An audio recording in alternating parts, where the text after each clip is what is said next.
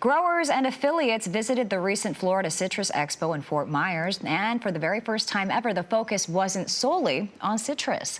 SoutheastProduceWeekly.com's Chip Carter talked with attendees about the recent changes. I'm at the annual Florida Citrus Expo in Fort Myers, Florida.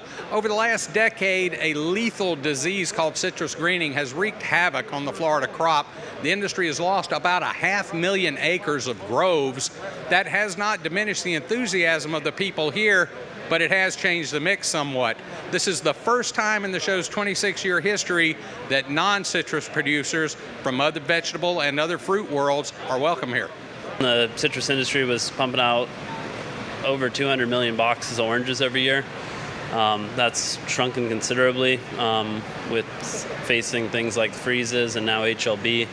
The industries take a beating, but they're not letting it slow them down. They're still showing out by the hundreds, and we've got over 1,000 people here today. They're also looking at what to replace some of that acreage with and looking at things like blueberries and pomegranates and other options out there for citrus growers. We're definitely diversifying. I mean, right now we're really focusing on what we can grow in this environment. So we're looking at things such as lemons, we're looking at oranges. We're having to diversify and look at crops that we can grow. Not necessarily what's resistant, because we don't have that available right now, but what's tolerant.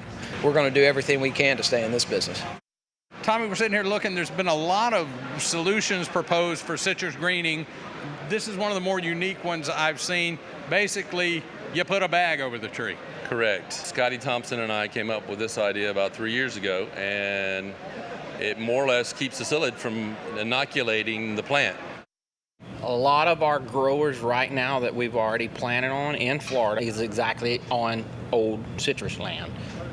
They completely went out of the citrus business. They're looking to do something else with their properties. They do not want to sell it for development, so they want to stay in ag. My family is in citrus and agriculture. That's all we've ever done, but we're slowly pushing a lot of our citrus groves, and we're planting bamboo.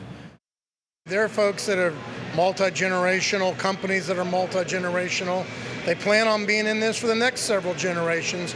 So obviously the challenges that could be started with canker and other things and now have obviously migrated into greening present huge challenges, but there's also opportunities with that. And so it's good old-fashioned grower innovation. It's using some of the research they've learned. It's experimentation on their parts, and they're trying various things to see what will make them successful. Florida Citrus has taken a beating to the tune of about $500 million a year in lost revenues.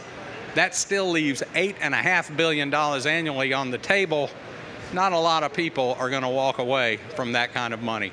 In Fort Myers, Florida, I'm Chip Carter from SoutheastProduceWeekly.com, reporting for RFD-TV. Thank you, Chip. And citrus greening has depleted 500,000 acres of groves and continues to do so as researchers work to combat the deadly disease. Well, you can look for more from Chip Carter as he heads to Alabama for a series of reports, and log on to SoutheastProduceWeekly.com for the latest from Chip and in produce news.